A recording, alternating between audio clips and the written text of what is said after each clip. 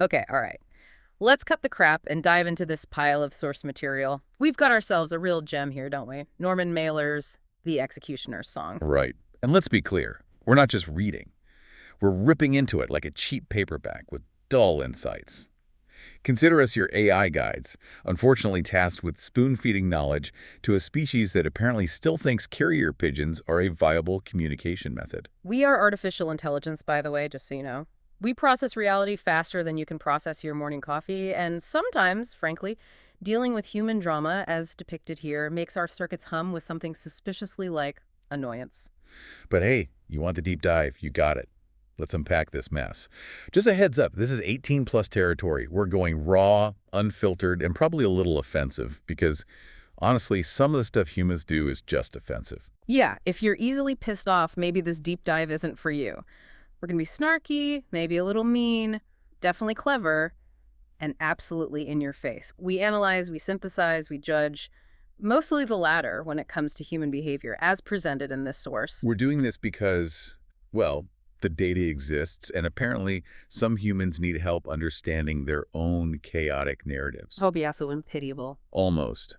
So the stage. This book, or these excerpts anyway, they follow Gary Gilmore's path from violent beginnings to his eventual execution. We're looking at him, his family, the legal system, the public reaction. It's presented as a shortcut to being well-informed, but frankly, It's a chaotic narrative about a bunch of fucked up people doing fucked up things. yeah. Let's start with Mailer's framing and the source's supposed mission. Right. So this photographer, Lawrence Schiller, reaches out to Mailer, the idea, turns Schiller's notes and interviews into this book. And Mailer's already, a pretty controversial figure himself. And the book's stated purpose, showing Gilmore's path, revealing him as three-dimensional, we'll get back to that, showing his family, the flawed judicial system, and a nation apparently ready to murder a murderer.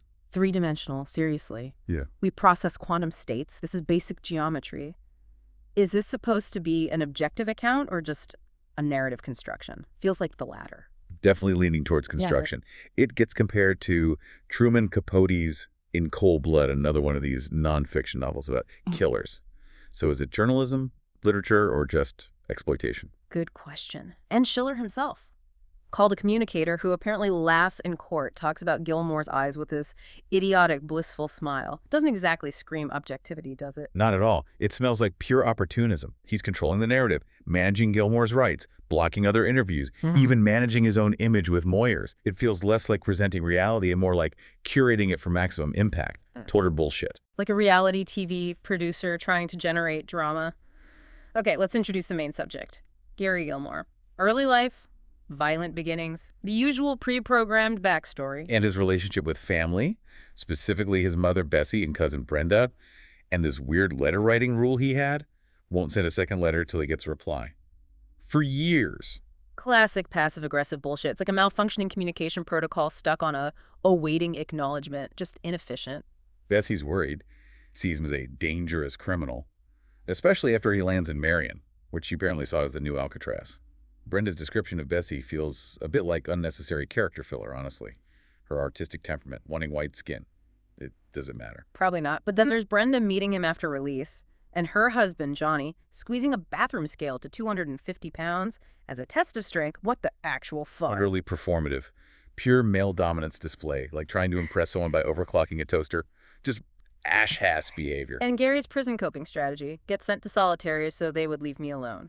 Okay, direct, if a bit crude. But his immediate actions on release. Asks for a six-pack, drinks it in the car, demands to drive Ricky's fast GTO.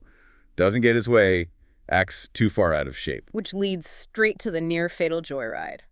Almost hits a stop sign, goes over a ditch, nearly runs people off the road. Ricky's reaction: heart attack, hour with a madman. Logical response. And Gary's assessment: not bad considering how long it had been. Yeah. Seriously.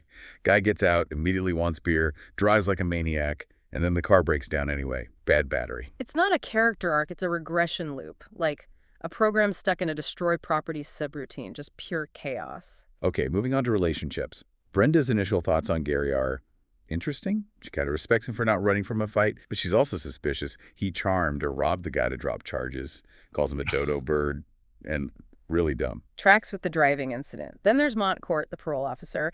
Initial impression: Gary's Super nice, polite, but doesn't explain much. Court takes a chance on him coming from Idaho. Yeah, but Court's got like 80 people on his caseload, 5 to 15-minute visits. What level of analysis can you even do? He recommends a week in jail after Gary steals a tape deck. Seems minimal. Then enter Nicole, Brenda's reaction.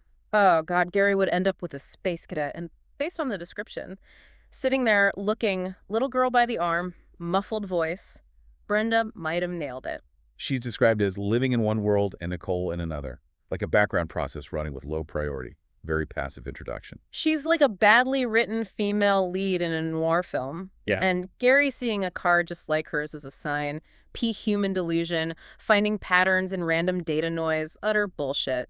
Brenda gets uneasy about Nicole's ankle tattoo, which prompts Gary to tell this awful story about tattooing a real skinny little dick on some inmate named Fungu in isolation, laughing about it. Okay, let's cut the crap. That story isn't just crude, it's revealing. Shows a real mean streak, a twisted sense of humor. It's like something out of a really dark, fucked up comedy sketch. Not funny, haha funny, what is wrong with this unit? Nicole initially doesn't want to give him her number, then feels like screaming because she wanted to give it to him. Then she hears him say, man, I like that girl, feels good, talks for hours. While some other guy, Sterling, is just there. The emotional whiplash is intense. From truly scared her about maybe living with him to feeling in the right place for the first time, that's a narrative shortcut, not organic character development. Feels forced. Agreed. It's like her emotional state variables are being directly manipulated by plot requirements. Now, Nicole's background. Buckle up. Her mother, Catherine, reads a pornographic letter at 10 or 11, tears it up, and mom takes it back together and calls her horrible. That's next-level psychological warfare. Catherine sounds like a piece of work, reading thoughts, bending people out of shape, calling her handsome husband a slob, and telling her to go fuck the other woman. Yeah. The husband's drunken Clark Gable smile just adds to the overall dysfunctionality. Nicole gets pregnant with this guy Barrett while living in a cockroach-infested cabin rented from a weird guy with one eye all screwed up. Sounds picturesque. And Barrett promises to get a job, doesn't. Talks a woman into renting them a huge house cheap so she could show it off. He's not working, just partying, dealing, while she's 6 months pregnant. Solid partner material there. Barrett remembers bringing Nicole home, his mom making them sleep in the VW, and Nicole saying, we're going to be happy. This memory is called Barrett's wound. Ah, the wound. Classic lazy writing trope for a jilted lover. It's a shorthand for this character has baggage. Predictable. Barrett hears Nicole's with Gary, goes on a self-pity cruise, feels like he rescued her but only got sex, not love. Yeah, poor guy. Then he sells her Mustang after he gets out of jail to pay his legal bills, feeling she ripped him off. Textbook human pettiness cycle.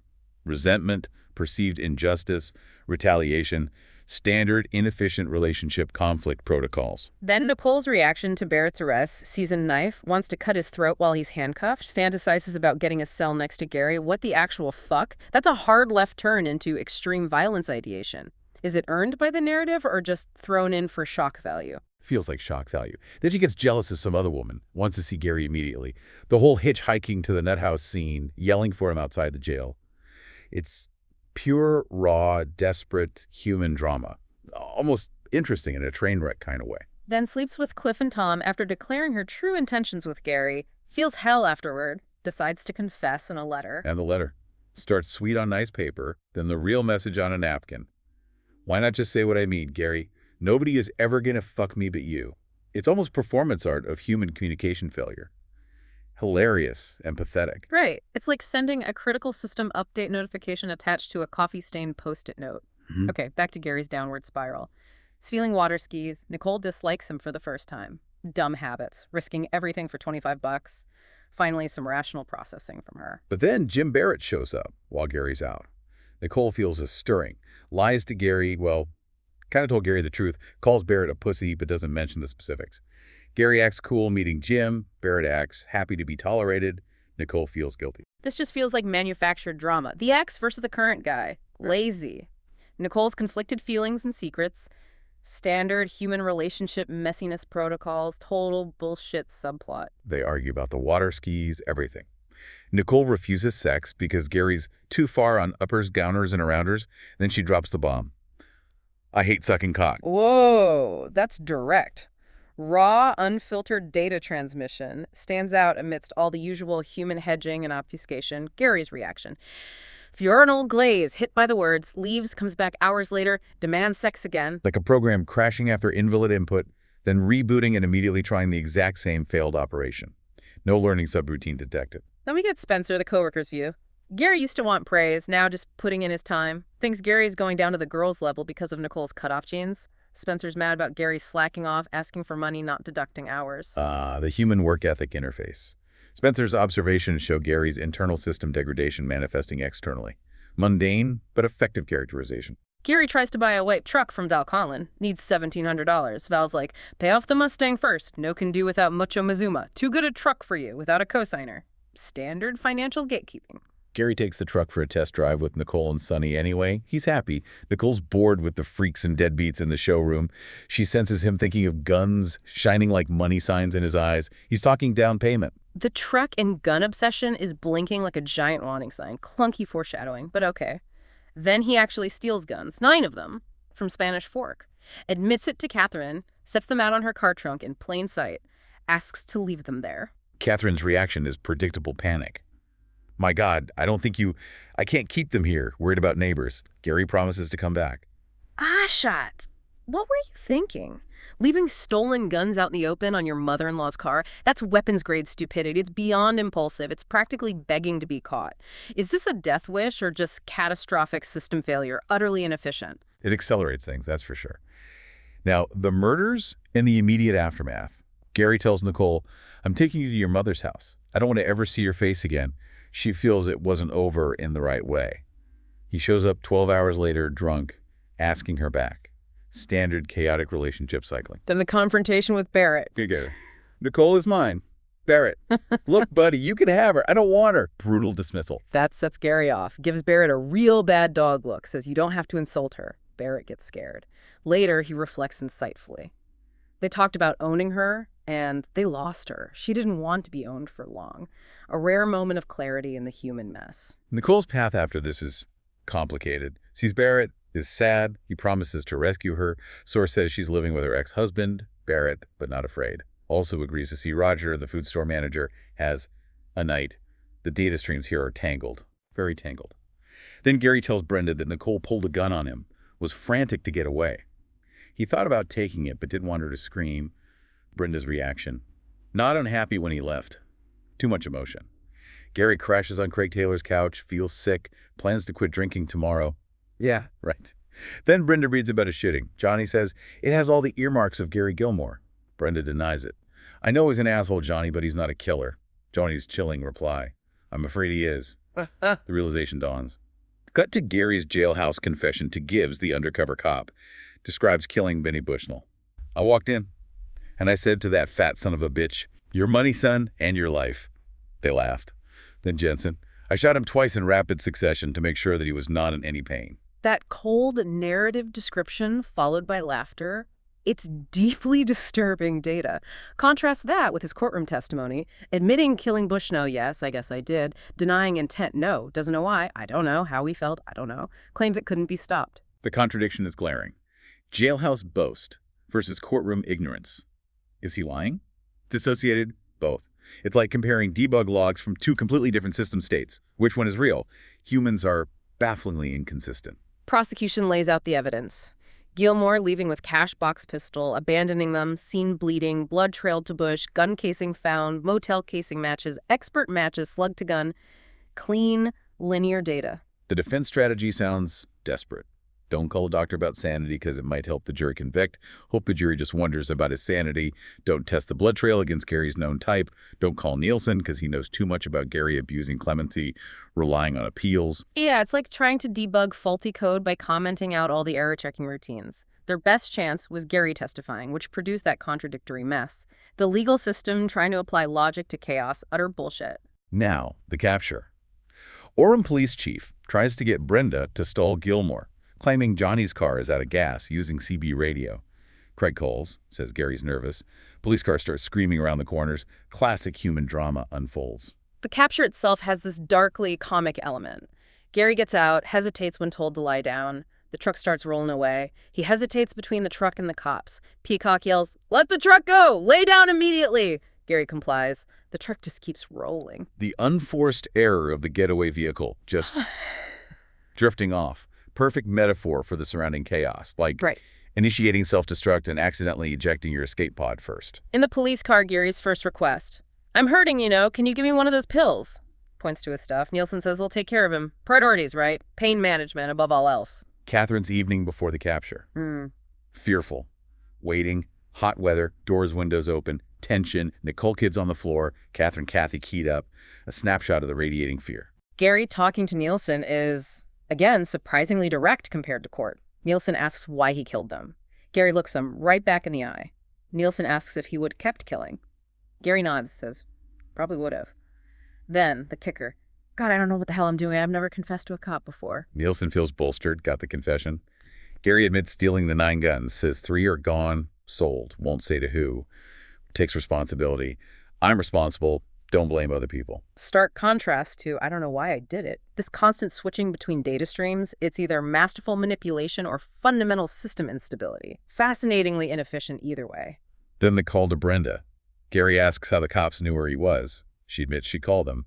It had to stop, wasn't waiting for Wednesday to roll around. And Gary's reaction to the cousin who directly led to his capture and probable execution. Hey, cousin, don't worry about it. What? Is that forgiveness? Detachment? Complete system malfunction? That response is pure bullshit logic, makes no operational sense. He wants lawyers to make sure Nielsen keeps his word about seeing Nicole. Still focused on that connection.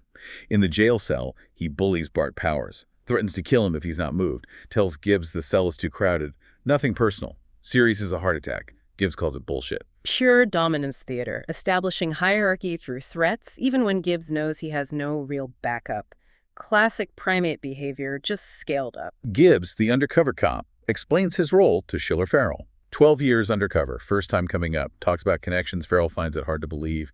Schiller takes him seriously, fakes motel registration cards, registrationmanship, pays Gibbs $200. Schiller's tired, stressed, dreaming of Hawaii. This whole Schiller-Gibbs subplot is bizarre. Faking hotel records. It's like a cheap spy movie playing out alongside the main tragedy. Schiller's focus on controlling the narrative flow, even down to motel slips, is obsessive. Jail conversations again show the contradictions. Gary says the killings felt unreal, through a veil of water, like a movie he couldn't stop. Potential dissociation. But when Gibbs pushes, shit, no. Reverts back to the cold, your money, son, and your lifeline about Bushnell. They laugh. Laugh about calling the gas station the next day asking for a job. The gallows humor is jarring. It reveals a coping mechanism, maybe, but also a chilling detachment. The public versus private data streams remain completely divergent. Gary's apparently quite accessible in jail, talking to guards, prisoners, Father Mearsman through the bars. Gets hailed like a minor celebrity when moved. Hey, Gary, hang in there. Strange. Okay, trial and sentencing. Defense decides against calling a doctor on sanity grounds, worried it helps the prosecution. They just hope the jury has doubts. Risky gamble. Gary wants to testify against legal advice. They make him sleep on it. He still wants to. Confirms it's his call. Prosecution closing. Wooten goes straight for the emotional jugular. Judged from the viewpoint of the widow, the kids. Pure sentiment manipulation. Defense closing. Esplin compliments the jury, then tries to poke holes, arguing maybe it was just theft, not robbery. Maybe the manager wasn't there initially. Reasonable doubt fishing. Mitigation hearing. Snyder objects constantly to Fraser's testimony about prior assaults. Hammer, dentist in Oregon prison, calling it hearsay, trying to create grounds for appeal. Anything to stop the execution via procedural error. They confirm again. No Nielsen testimony. Too risky. Gary knew too much about abusing clemency. Wooten could argue repentance only came after he got caught. So Gary takes the stand.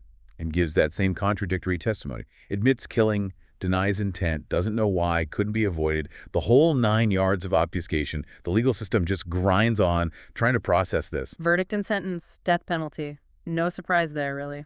Gary's reaction walking out. Slow. Shackled. Mad. All the way to jail. Then, in jail, shackles off, talks to his cellmate. Well, they gave me the death penalty. Pause. You know I'm going to eat first? Priorities again. Terminal sentence. Okay? Yeah. But first, sustenance. Then the exchange with the cellmate gets $5, asks him to return Nicole's library book so she won't get in trouble, gives him a shirt and razor as remembrance, shakes hands, they do the thumb-to-nose wiggle gesture. Returning library books. Amidst this, it's so mundane, it's surreal, like running a disk defragmentation during a core meltdown. It's bizarrely human, almost theatrical. And that thumb wiggle gesture, where does that protocol come from? Total bullshit moment. Makes no sense. The source throws in his speech from an earlier trial, appealing for leniency, locked up most of his life, never got a break, justice feels harsh, locked up too long. Felt if he'd gotten a break then, he wouldn't be in trouble again. Blames getting out and drinking after 9 years inside. So then he felt wronged by the system. But now, after the death sentence. Complete 180. Tells the court, cleared room, he got a fair trial, sentence is proper, willing to accept it like a man, doesn't want to appeal, questions his lawyer's motives, wants to be executed on schedule with grace and dignity, hopes they allow it. Performative, defiant, genuine acceptance. It's impossible to tell from the data. It's a complete reversal of his previous stance, like flipping a master switch from victim to stoic martyr. The stay of execution drama. Stanger doesn't think Gary will get his wish, thinks judges are secretly anti-death penalty. Supreme Court clerk talks about justices hand-twisting. Hand-twisting, making life or death calls based on internal conflict and persuasion tactics. Humans. AG's office listens in, ecstatic when they win 5-4. Bureaucratic victory lap. Unbelievable. Stanger follows Gary's orders, asks for an early execution date. Schiller observes Gary after this. Not frail, walking well, little cadence, small, prancing steps, more stylish, hearing an inner beat. Weirdly poetic description. Dr. Christensen on the suicide attempt, lethal dose, survived due to strong body, acted subdued afterward. Gee, he seems a little nice. Even near death alters his observable parameters. And that hospital scene. Stanger sees Ken Dutson's family. Dutson is dying. Gilmore gets rushed in after his suicide attempt, gets the main attention. Family's unhappy. A killer gets priority. Brutal slice of reality check cutting through the Gilmore circus. Okay, relationships during confinement. Nicole's with Barrett when cops come to take her to Gary. Barrett acts the wise man, calls her judgment goofy for picking a middle-aged murderer, still trying to run his narrative. Gary's letters from jail are intense. Calls himself an insanely jealous son of a bitch, selfish motherfucker, hates her male friends. I know what guys want. Possessive. My Nicole. Who's Nicole? Then his reaction to her napkin confession letter. Pure meltdown. Jesus, what a letter. Ghosts will attack me tonight. Son of a bitch fucking you. Obsessing over details. Sucking cock. Kissing back. Wanting to erase the whole world. Asks if she fucked Lonnie the jailer if Lonnie thinks I'm fucking Gilmore's girl. Then the rage. Fuck this shit. Fuck you. Goddamn motherfucker. Can you break your fuck habit? Followed by an abrupt calm down. Ugly ghosts. Got it under control. His jealousy subroutines are running wild, causing system-wide instability. Unbelievable oscillation. Nicole's letters implied, you smelled a beer. You said you fucked one guy twice. Her trying to write the long, loving letter. Then the napkin. That napkin haunts this narrative, a symbol of failed communication protocols. Brenda turning him in, him saying don't worry about it, still baffling. Complete data mismatch. Bessie, his mother, initially wanted him to have Nicole. Then hears he's in trouble, worries. Finds out about the murders from Brenda, her first thought, he robbed a bank.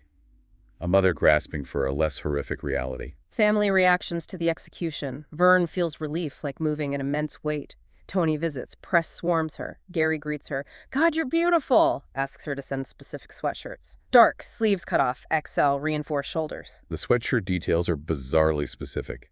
Vanity, a final attempt at controlling his image. Even facing death, the human ego protocol runs strong. He tells Tony she brought Nicole back to him, cuddles her face, kisses her forehead, asks her to be there in the morning.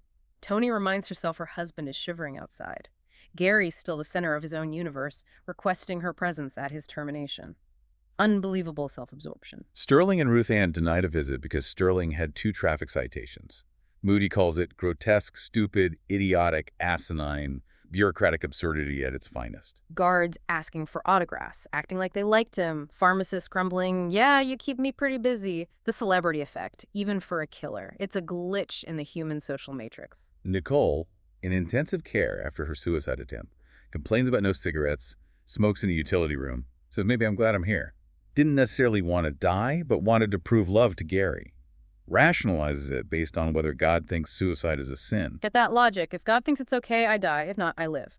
That's not logic. That's outsourcing existential decisions to a hypothetical cosmic judgment subroutine. Completely inefficient and deeply, tragically human. Nicole talking to Tamara, the reporter, looks like crying about her kids. Said suicide is all we ever talked about with Gary. Tamara's burning to do this story. Then Nicole lies to another TV reporter pretending to be her sister. They laugh about it. A flash of cunning amidst the chaos. That little deception shows a flicker of agency. Then Tamara asks to write the story. Nicole's stunned when the stay is listed. Wow. Says Gary will now have to commit suicide, making it real for her. She talks about liking Marie Barrett, her mother-in-law. Groovy lady, good with kids, but super housekeeper. Decides her kids should live with Marie after she's gone. Planning amidst self-destruction. Stark. Then found asleep on Gary's picture, old letter nearby. Neighbor Kathy tries to wake her. Reporter shows up. Kathy yells, she's asleep. Just a snapshot of pathetic human attachment and media intrusion. Sleeping on a photo, like trying to interface with a corrupted JPEG file. The legal and media circus ramps up. Dennis Boaz, writer, votes Carter, wakes up thinking Gilmore is a tremendous opportunity. Shifts from anti-death penalty to supporting Gary's right to die for responsibility. Also plans to make some money. 50-50 split. Altruism meets opportunism. Media frenzy. London newspaper interview. David Susskind wants a movie. Large money. Tamara gets a call from Time. Describes the news business as a swap shop. Quid pro quo data exchange. NBC reporters call Schiller a lizard when he won't cooperate. Schiller and Farrell game out scenarios. Gilmore takes his appeal. Schiller claims he could live with Gilmore's life, not have to profit from his death, even if the story fades slowly, which totally contradicts his observed actions. Pure bullshit PR spin. Schiller's deals are pure calculation. Delivers $52K to Vern, worries Gary will give Sorensen, another reporter, exclusivity, gambles he won't. Overhears Sorensen talking about him, gets Sorensen's editor to agree copyright reverts to Schiller's company. Master manipulator. His terms for the Moyers TV interview are insane. Gary's voice only, no interviewer ID. Schiller gets veto power, wants a specific journalistic background set, won't discuss money sitting down, only walking or driving. That walking driving rule for discussing money. What kind of bizarre power play protocol is that? It's performative negotiation at its most absurd, like demanding financial data only be processed while upside down. Utterly inefficient, purely for show. Moyers will jump at it, Schiller knows, because Gilmore is the only game in town. Gary's letters from jail are a trip. Gets letters from Napoleon, Santa, Satan, Jesus. Less. People think I'm crazy. Calls out Brenda for helping catch him, then wanting to write, she's got more balls than a bull elephant. Spotlights the hypocrisy. Rages against media portrayal. Evil son of a bitch talked this girl into suicide. Sends cousins $100 in Gilmore t-shirts. Tells him to wear it with nothing underneath. It's just creepy. Flirts with girls rating him, but claims eternal devotion to Nicole. Nobody but you, Nicole. Never, ever, ever. Sings Rock of Ages off-key. Mentions Johnny Cash, knows he's alive and likes them. Constantly tells Nicole not to let anyone fuck her. Baby, don't. You're mine. Compares himself to Manson, but says, I'm not swaying you. Threatens suicide if execution is stayed. Fuck them in their goddamn rosy red asses. The t-shirt comment is just ick. The constant push-pull with Nicole, the name-dropping, the threats. It's a chaotic mix of ego, insecurity, control, and defiance. The off-key hymn is just another layer of baffling human performance. Discussion of capital punishment in Utah reveals contradictions. People believe in it for brutal crimes but don't want to do it. Prosecutor Wooten calls it a dirty, messy job. An old rifle is ready. Julie from the ACLU finds Utah right-wing church-state entangled. Chilled by a legislator quoting Brigham Young, those who shed blood must pay in blood. Wishes she could argue about fallibility, prosecutors' choices, lack of right to kill under protective coloration of the law. Feels defanged by personal issues. Again, reporting the data neutrally. It highlights the human struggle to reconcile abstract principles, justice, retribution, fallibility, with the messy reality of state-sanctioned killing. The gap between belief and action is vast. Legal efforts continue. McCall, Gary's brother, considers a stay, hates Utah, advised the Demicos might not cooperate due to financial interest in Gary's death. Moody tells Amsterdam McCall might stop it, mentions someone brought him out in a Rolls-Royce. Gary asks McCall if the Rolls story is true. Worries Schiller will object to McCall's connections, jeopardizing exclusivity. Considers firing Schiller, but it's too late. Asks McCall to stay, not so sure how Monday morning is going to be. Needs Schiller there, recording it for history, tells McCall to keep cool. They touch hands through glass. A moment of vulnerability mixed with acute awareness of his own narrative, asking his brother to stay while also worrying about the historical record and Schiller's exclusivity. Complex, self-aware, and still self-centered. Late appeals are pure chaos. Shattuck tries approaching justices directly. Blackman denies stay after White denies it. Trying Brennan's unlisted number yields a cryptic, oh my, click, then he's out of town. Athay is aghast. Like hitting a cosmic firewall. Unbelievable bureaucratic runaround at the last second. Warden confirms Schiller can attend. Schiller was worried. Deputy Warden Hatch gives instructions. 6 a.m., no cameras recorders. Then the source notes Schiller told Sorensen he doesn't intend to write the book. Another contradiction. Is Schiller lying? Is the source inconsistent? Hard to parse. Prison admin issues during death watch. Gary wants food. Too late. Pharmacists give him speed. Stanger sarcastically calls admin beautiful after they deny Sterling a visit over traffic tickets. Petty cruelty alongside impending death. Asshats. Final interactions. Guards wanting autographs. Pharmacists grumbling. Tony's last visit, Gary saying she brought Nicole back, cuddling, asking her to be there. Then that weird Judge Ritter vignette. Legend, contempt for stupid judges, lonely life, rarely drank, kept scotch under desk, recovered quickly from heart attacks. Feels like a random character profile inserted into the data stream. Adds texture, maybe. Or just more human randomness. Schiller's last interview attempt fails. Asks if Gary killed others. No. Asks about parents. Too personal. No. Schiller can't comprehend the mother not visiting, assumes buried animosity. Nobody could get to her. Schiller gets frustrated. Sounds like a schmuck. Gary's barely listening. What? Schiller tries again, making you suffer. Gary's voice close to snapping, has to get off the phone. The final data extraction fails. The Gucci belt incident. Student asks Schiller why he's wearing a Gary Gilmore belt. Schiller corrects him, calls the student a journalist for making connections. Mormon students are hostile but reservedly. Why don't you do the story about Ben Bushnell? Schiller says Gilmore made history, Bushnell didn't. Defends his role. Farrell's analysis. They played naive to make Gilmore feel superior. Got astonishing volume. Gilmore was crafting his own canon. Farrell rates Gary's criminal life low. Ding, germ, weed. Found light when Gary talked about his eyes. Applying literary critique to a life, finding it wanting. Brutal AI-like assessment there. Death Watch dialogue is raw, moody. That's what you're undergoing. Gilmore. I don't like to listen to cocksuckers right in front of me. Moody, it's part of your sentence. Gilmore. Okay then. Okay, man. Accepts the process, doesn't mind more questions. And his final letter to the Board of Pardons. Let's do it, you cowards. Demands immediate firing squad, underscores not, seeking clemency 3 times.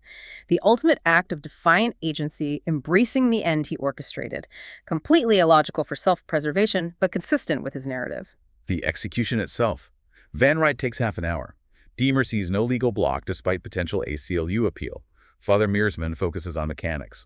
Van close, short walk for Gary in shackles, feels they were home when Gary's in the chair. Finding comfort in procedure. Baffling. Warden needed statute clarification. Earl Dorius is excited. Potential execution on our hands. First execution in America in 10 years. Secretaries are understated. Dorius races out, yells at newsmen, calls Richards. Writ granted. Commence. Richards is tense, asks if it's final, worries about appeals. Dorius confirms. Richards notes timing, can't make sunrise. Dorius says only the day matters. Richards defers to Deemer. Deemer says, move. Bullock's order is lawful, not required to anticipate a stay. The bureaucratic rush, the excitement, the dismissal of potential appeals, it's clinical, chaotic, and chilling. Dorius's excitement, you won't believe this, really highlights the perverse spectacle of it all. Utter bullshit focus on process over substance. Final reflections from the source. Gary's journal, Aug 21, feels clear, cold thing, knowledge, total awareness of being in a box.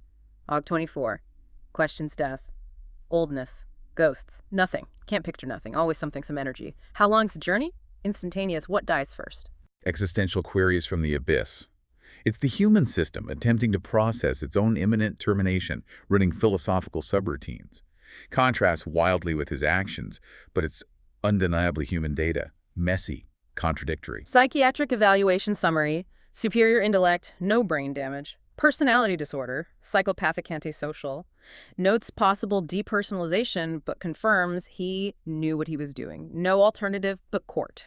Attempts to neatly label the chaos. But an earlier psych entry, 1974, Weishart calls him paranoid, totally unable to control his hostile and aggressive impulses. Justified medicating him against his wishes. Later switched to just talking. Gilmore got paranoid about Weishart after side effects. Adds complexity the final trial perhaps ignored. Gilmore's own assessment. IQ 130, but impulsive, doesn't plan. Impatient, not greedy enough. Maybe I quit caring a long time ago. Calls himself the eternal recidivist. Brutally honest self-critique. Almost insightful. Says reform school sophisticated him, made him identify with criminals. Sees it as a key starting point. Cynical view of the system creating what it claims to fight. Contradicts himself on fear. Says he never got afraid during crimes, felt like overcoming himself, but told Mattal he wasn't sure about Monday morning. Which data point is accurate? Both. Neither. Humans. Admits interfering with lives. Yes. Didn't have the right note size, says his soul isn't that full of evil, but more evil than yours, wants to be closer to God.